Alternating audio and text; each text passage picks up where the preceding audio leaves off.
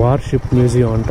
చూసేదానికి కెమెరాలో చాలా చిన్నగా కనిపిస్తుంది, కానీ రియల్ గా చూసినప్పుడు ఈ యుద్ధ నౌక గానీ ఈ షిప్ గానీ చాలా పెద్దవి. ఇదిగోండి పోలీసు వాళ్ళు ఆపుతా, వాళ్ళు కెమెరాలు పెట్టుకోమన్నారు చూసినారు ఆడ. దానికి తోడు గాలి ఒకటి. Friends, good morning, welcome back to our channel. Hostel అయితే చెక్అౌట్ చేసేసి ఇక్కడ నుంచి బయలుదేరి గోవాకి అయితే వెళ్ళబోతున్నాం. ఇక్కడ నుంచి ఒక 160 కిలోమీటర్స్ అయితే ఉంది గోవా. ఆల్మోస్ట్ ఒక 3 to 4 hours అయితే పడుతుంది. ఒక్కసారి లాస్ట్ గా ఒక్కసారి చూడండి ఎంత బాగుందో ఇది. సూపర్ గా ఉంది ఈ వ్యూ పాయింట్ మాత్రం.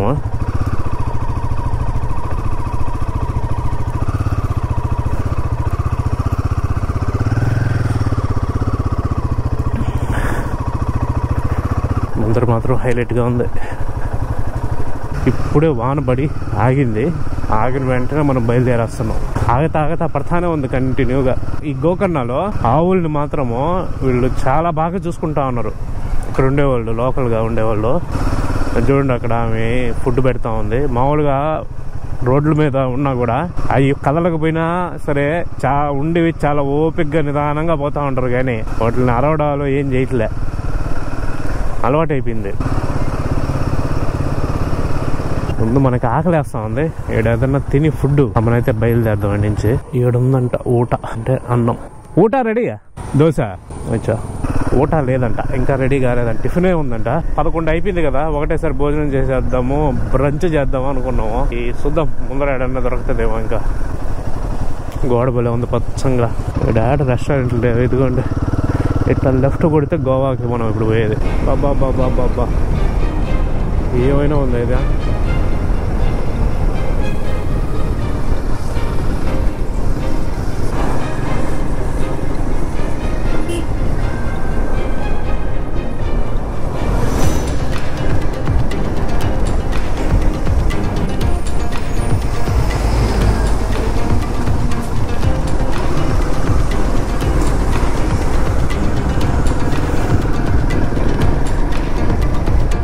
పెట్రోల్ వచ్చి 2 పాయింట్లు అయితే ఉంది. 60 కిలోమీటర్లో మనం గోవా బార్డర్ లోకి ఎంటర్ అవుతాము.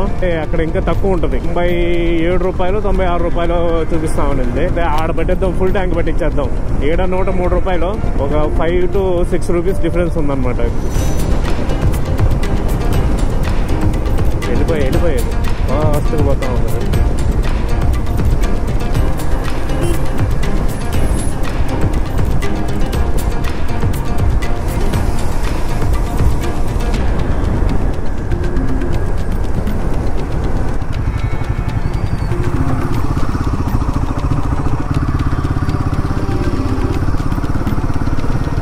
ఇదేంటి ఇది వెరైటీగా ఉంది.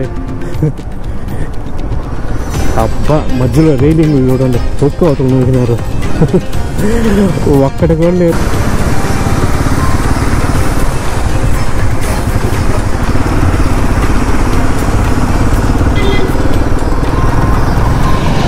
అబ్బా ఆ లారీ కింద వస్తే మొత్తం అంతా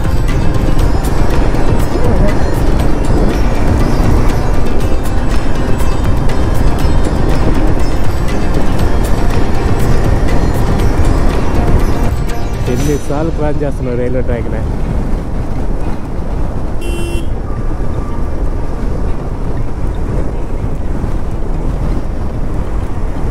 బాబా సముద్రం ఇక్కడ సూపరు.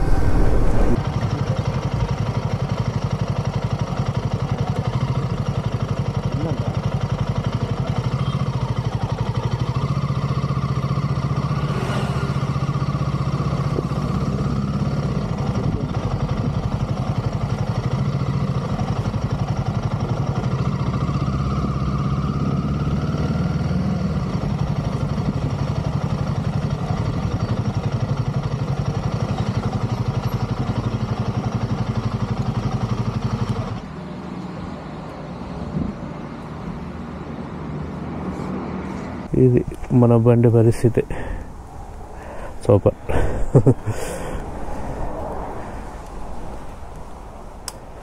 ఈ హోటల్లో భోజనం చేసి మనైతే బయలుదేరదాం. ఆకలి చేస్తూ ఉంది. ఇక్కడికైతే ఇప్పుడు భోజనానికి ఆపినాము. ఒక 5 నిమిషాలు ఆగమని చెప్పినారు. ఇప్పుడు 11:50 అయితే అవుతుంటాయేమో. ఇంకా ప్రిపేర్ అయినట్లే.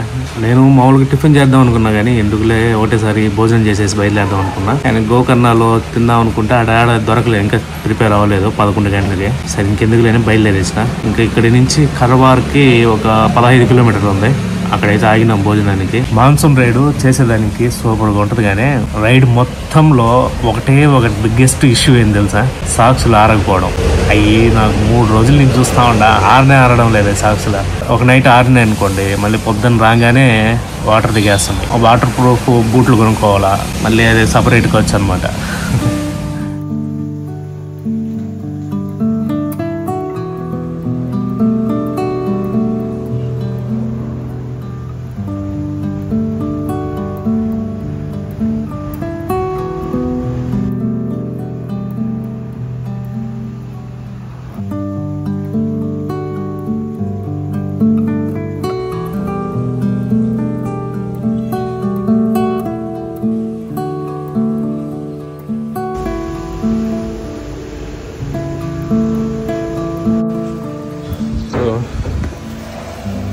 ఇదిగోండి మన థాలి. ఇది సూపర్గా ఉంటుంది. దీంట్లో ఏమేమి ఇస్తారంటే మనకి ఊరగాయ, క్యారెట్, క్యాబేజీ, ఇది వచ్చి బీట్రూట్, ఇది సూపు, మజ్జిగ, ఇది వచ్చి చేపల పులుసు, ఇది సాంబార్ టైపు, ఇంకా వైట్ రైస్. ఈ ఫిష్ ఫ్రై ఇది ఏందో పొడి వేసి దాన్ని మన ఫ్రై చేస్తారు. సూపర్గా ఉంటుంది. సో అదనమాట మనది ఈరోజు ఫుడ్.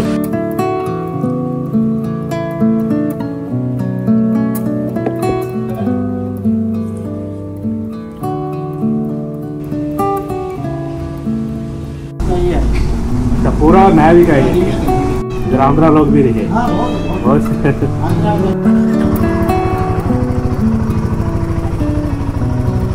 बाय ఫుడ్ మాత్రం సూపర్.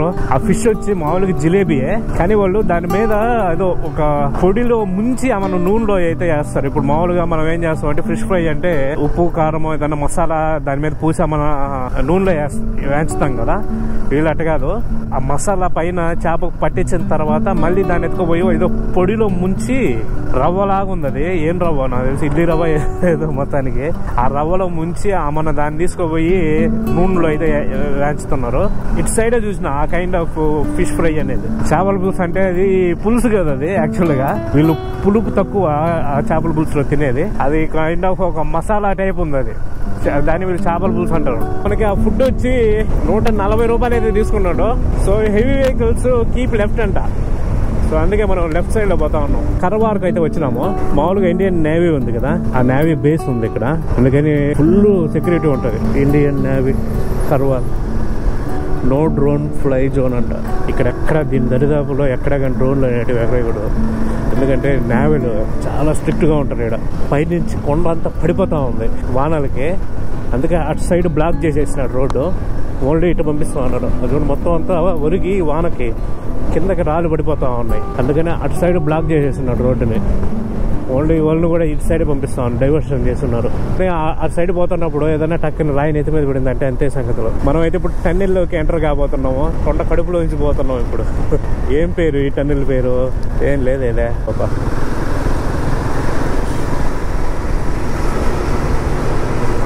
వావ్ సూపర్గా ఉంది. ఇక్కడ వెచ్చంగా ఉంది.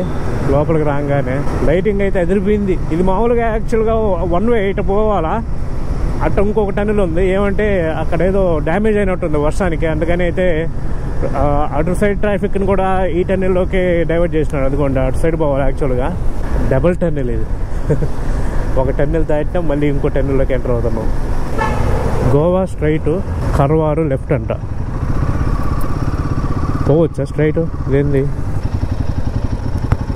ఓ భయ్ రాస్తా గోవా ऐसा जाएगा స్ట్రైట్ ఓపెన్ అచ్చా. ఇదేమో ఇక్కడేమో స్ట్రైట్ ఉంది, అటు పోతే కర్వార్ అని ఉంది. ఇది మళ్ళీ కొంచెం దూరం పోయిన తర్వాత ఓపెన్ ఉంటుందో క్లోజ్ ఉంటుందో తెలియదు. కానీ యువతలు మాత్రం చూడండి సముద్రము. వావ్ బాబా ఏమైనా ఉందా బీచ్ ఇక్కడ చూడండి. అసలు సూపర్గా ఉంది ఇక్కడ బీచ్. నేవీకి సంబంధించిన షిప్పును అదేవిధంగా ఎయిర్ప్లేన్ మోడల్ చూడండి ఏమున్నాయో. ఇది అది navy ship, aeroplane, war ship museum అంట. ఈ వార్షిప్ మ్యూజియం కార్వర్లో నేషనల్ హైవే 66 అయితే ఆనుకుని ఉంటుంది. ఇక్కడ కనిపిస్తున్న ఎద్దు నాకు పేరు ఐఎన్ఎస్ చాపల్. ఈ ఐఎన్ఎస్ చాపల్ లో ఐఎన్ఎస్ అంటే ఇండియన్ నేవల్ షిప్ అని అర్థం. ఇది 1971లో జరిగిన ఇండో పాకిస్తాన్ యుద్ధంలో చాలా కీ రోల్ అయితే ప్లే చేసింది. ఇది ఆ యుద్ధంలో ఏం చేసిందని చెప్పే కన్నా ముందు అసలు ఆ యుద్ధం ఎందుకు వచ్చిందో కొంచెం చెప్తా. మనకి స్వాతంత్రం వచ్చాక పాకిస్తాన్ 2 భాగాలుగా ఉండేది. ఒకటి వెస్ట్ పాకిస్తాన్ అంటే ఇప్పుడు ఉన్న పాకిస్తాన్, రెండోది వచ్చి ఈస్ట్ పాకిస్తాన్ అంటే ప్రెసెంట్ బంగ్లాదేశ్. ఈ ఈస్ట్ పాకిస్తాన్ లో ఉన్న ప్రజలకి ప్రెసెంట్ పాకిస్తాన్ లో ఉన్న ప్రజలకి చాలా తేడా ఉండేది, మెయిన్ గా లాంగ్వేజ్ అండ్ వాళ్ళ ఆచారాలు. ఎందుకంటే ఈ ఈస్ట్ పాకిస్తాన్ లో ఉండే వాళ్ళలో మెజారిటీగా బెంగాల్ వాళ్ళు ఉండేవాళ్ళు. అందువల్ల వీళ్ళకి వెస్ట్ పాకిస్తాన్ పాలన నచ్చేది కాదు. దీంతో వీళ్ళు తమ ఉనికిని కోల్పోతామని భావించి లిబరేషన్ ఉద్యమాన్ని అయితే స్టార్ట్ చేశారు. అప్పుడు వెస్ట్ పాకిస్తాన్ దీన్ని అణచివేయడానికి మిలిటరీ సాయంతో ఆపరేషన్ సెర్చ్ లైట్ అని అక్కడ ఉద్యమకారుల మీద దాడులు మొదలుపెట్టింది. దీనివల్ల ఈస్ట్ పాకిస్తాన్ లో ప్రజలు కొన్ని వేల సంఖ్యలో ఇండియాలోకి వలస రావడం స్టార్ట్ చేసినారు. దీంతో ఇండియా మీద భారం పెరిగిపోయింది. దీంతో అప్పటికే అక్కడ ఉద్యమాన్ని సపోర్ట్ చేస్తున్న ఇండియా అక్కడ పాకిస్తాన్ మిలిటరీ విషయంలో జోక్యం చేసుకుంది. దీనికి రెస్పాన్స్ గా పాకిస్తాన్ ఇండియాలో 8 ఎయిర్ బేస్ల మీద దాడులు చేసింది. దీంతో 1971 డిసెంబర్ 3న ఇండియా పాకిస్తాన్ మీద అఫీషియల్ గా అయితే యుద్ధం ప్రకటించింది. అలా యుద్ధంలో వెస్ట్ పాకిస్తాన్ నుంచి ఈస్ట్ పాకిస్తాన్ కి యుద్ధ సామాగ్రి చేరవేయాలంటే ప్రధాన మార్గం వచ్చి సముద్ర మార్గం. అప్పుడు ఇండియా ఇక్కడ కనిపిస్తున్న ఐఎన్ఎస్ చాపల్ యుద్ధ నౌకని కరాచీ పోర్టుకు పంపి అక్కడ దాడులు మొదలుపెట్టి పాకిస్తాన్ వాళ్ళ సముద్ర మార్గాన్ని అయితే బ్లాక్ చేసేశారు. అలా ఆ యుద్ధంలో ఇండియా గెలిచింది. అలా 1976 నుంచి 205 వరకు ఇండియన్ నేవీలో పనిచేసిన ఈ షిప్ చరిత్ర అందరికి తెలియాలని 2006లో ఇక్కడ మ్యూజియం లాగా ఉంచారు. ఇక్కడ మామూలుగా ఒక డౌట్ వస్తుంది, ఏంటంటే ఈ షిప్ పనిచేసింది 1976 నుంచి 2005 వరకు అయినప్పుడు 1971 యుద్ధంలో ఎలా పాల్గొందని. నిజానికి ఇక్కడ కనిపిస్తున్న షిప్ ఇండియన్ నేవీలో పనిచేసింది, కానీ 1971 యుద్ధంలో జరిగిన యుద్ధంలో పాల్గొనలేదు. మరి ఈ యుద్ధ నౌక పాల్గొన్నప్పుడు దీని గురించి ఈ స్టోరీ అంతా ఎందుకు చెప్పారు ఇప్పటి వరకు అని అనుకుంటున్నారా? అసలు విషయం ఏంటంటే ఇక్కడ కనిపిస్తున్న షిప్ యుద్ధంలో పాల్గొనలేదు, కానీ ఈ షిప్ రకానికి చెందిన ఐఎన్ఎస్ వీర్ అండ్ ఐఎన్ఎస్ నిపాట్ అనే షిప్లు అసలు యుద్ధంలో పాల్గొన్నాయి. వీటి చరిత్రకు గుర్తుగా అదే రకానికి చెందిన ఈ ఐఎన్ఎస్ చాపల యుద్ధ నౌకను అయితే ఇక్కడ ఉంచారు. ఈ మ్యూజియం టైమింగ్స్ వచ్చి ఉదయం 10 నుంచి మధ్యాహ్నం 1 గంట వరకు, సాయంత్రం 4 నుంచి 7:30 వరకు ఉంటుంది. ఎంట్రీ టికెట్ వచ్చి 15 రూపాయలు ఉంటుంది. ఈ మ్యూజియం లో మనము లోపల రియల్ షిప్ ఎలాగ ఉంటది, అక్కడ మనుషులు ఎలా ఉంటారు అని దాని మిషనరీ లోపల కంట్రోలింగ్ మొత్తం అయితే ఇక్కడ ఈ మ్యూజియం లో అయితే చూడొచ్చు. ఇక్కడ ఇంకో విషయం ఏంటంటే ఇలాంటి మ్యూజియంలు మన ఇండియాలో కేవలం 3 మాత్రం ఉన్నాయంట. ఒకటి మన విశాఖపట్నంలో ఉంటే, ఇంకోటి వచ్చి ముంబైలో ఉంది. మామూలుగా నాకు వైజాగ్ లో ఉన్న సబ్మెరైన్ మ్యూజియం అయితే కొంచెం ఐడియా ఉంది. చూసేదానికి కెమెరాలో చాలా చిన్నగా కనిపిస్తుంది, కానీ రియల్ గా చూసినప్పుడు ఈ యుద్ధ నౌక గానీ ఈ షిప్ గానీ చాలా పెద్దవి. Thank you for visit, please visit again. ఇక్కడతో మన ఇదిగోండి కర్ణాటకలో నుంచి గోవాలోకి అయితే ఎంటర్ కాబోతున్నాం. ఇప్పుడు పోలీసులు చూడండి ఎంతమంది ఉన్నారు ఇక్కడ గోవా వాళ్ళు. లోపల పోయేటప్పుడు ఏం అడగరు, గోవాలో నుంచి బయటకు వచ్చేటప్పుడు అడుగుతారు. హ్యాపీ లోపల ఉండేటివన్నీ చెక్ చేస్తారు. సో మనకి ఇక్కడ చూడండి స్పీడ్ లిమిట్లు పెట్టున్నారు. కారు 70, బైక్ 60, మిగతావి అన్ని 50 అంట. ఇదిగోండి పోలీసు వాళ్ళు ఇక్కడ ఆపుతా పొడుగు ఓవర్ స్పీడ్ పోయినారు. ఆడ టికెట్ పడిపోతా ఉంది. వాళ్ళు కెమెరాలు పెట్టుకోన్నారు, చూసినారు ఆడ. ఇదిగోండి ఈ కారుకి పడినట్టుంది ఫైన్. మహారాష్ట్ర స్టేట్. అతను చెక్ చేసుకుంటా ఉన్నాడు మొబైల్లో. అయ్యో మొబైల్లో వచ్చేసినట్టుంది, అప్పుడు వేసుకొని వినట్టున్నారు. ఇది ఈ బండి పడింది ఫైన్, మహారాష్ట్ర రిజిస్ట్రేషను. ఈ బండికి వేసేసినట్టున్నాడు వాడు. పిల్లకాయలు నడుపుతున్నారు కార్ని. పడిపోయింది ఫైన్, మాత్రం పడిపోయింది. అబ్బాయి ఈడ మాత్రం సూపర్గా ఉంది వాతావరణం. ఈ టైంలో కానీ ట్రైన్ జర్నీ చేయాలి ఈడ, ఎక్సలెంట్తో ఉంటుంది అంతే ఈడ. ఓ మై గాడ్, తడిసిపోయింది నా కెమెరా, ముద్దగా నానిపోయింది. అయ్యో అయ్యో అయ్యో అయ్యో, దానికి తోడు గాలి ఒకటి. అయ్యో అయ్యో,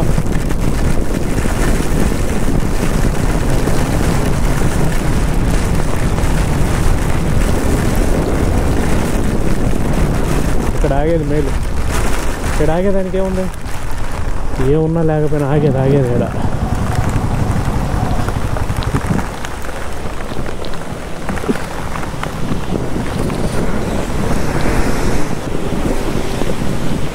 సర్వనాశనం అయిపోయింది.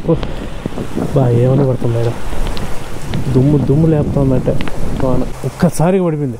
ఇదిగోండి ఇప్పుడు దాకా షూస్ బాగా ఆరినాయి, మళ్ళీ నీళ్ళు దిగేసి ఉన్నాయి. ఇప్పుడు లోపల మొత్తం వాటరే, షూస్ మొత్తం వాటర్. ఇట్టుంటుంది అనమాట వానతోటి. ఏమైనా పడుతుంది చూడండి వాన, ఫుల్ వాన. అంటే చినుకులు మామూలుగా పోదాం అనుకున్నాం కానీ మన సూదులు గుచ్చుకున్నట్టు గుచ్చుతూ ఉంటాయి ఈ దీనికి.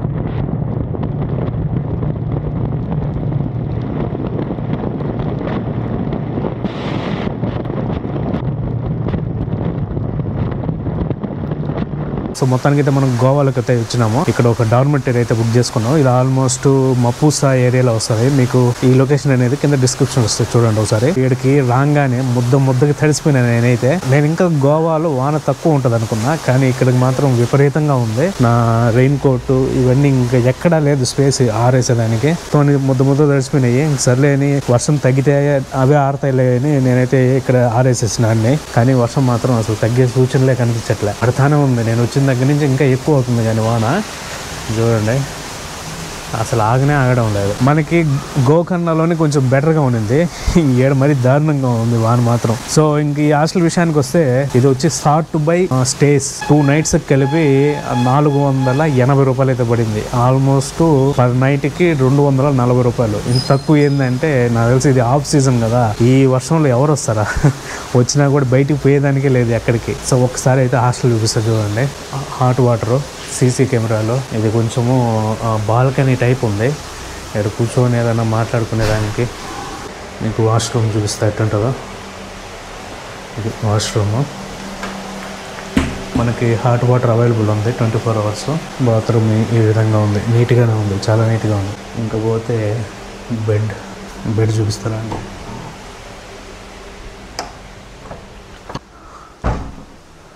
సో ఇవన్నమాట అన్ని డార్మెటరీస్ బెడ్లో.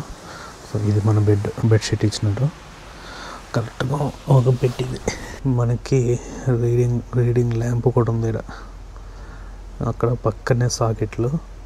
సో ఇదన్నమాట మన బెడ్. డార్మ్ 4, డార్మ్ 2, ఇది మనది డార్మ్ 3. ఇట్లా వస్తే ఇది రిసెప్షన్ టైప్ ఓపెన్. మనం బైక్ అయితే ఆడ పార్క్ చేస్తున్నాం, వానలో తడుస్తా ఉంది 3 రోజుల నుంచి. సర్లే వచ్చిన దగ్గర నుంచి తడుస్తానే ఉంది బైక్, ఇప్పుడు తడిస్తే ఏముంది కానీ. ఆడైతే వానలో నిన్న గోకర్ణలో పెట్టినప్పుడు కూడా నైట్ అంతా తడుస్తానే ఉంది, ఇప్పుడు కూడా తడుస్తానే ఉంది. సరే ఇంకా మాన్సూన్ రైడ్ అంటే మొత్తం ఇంకా వచ్చి బయలుదేరిన దగ్గర నుంచి బండి మాత్రం తడుస్తానే ఉంది. నేనన్నా నైట్ ఎక్కడన్నా పడుకుంటున్నాను లోపల, దానికి షేడ్ లేకుండా ఉంది. ఇక్కడ దీనికి లిఫ్ట్ ఫెసిలిటీ కూడా ఉంది. ఇంకేముంది దీంట్లో. సో అది హాస్టల్లో.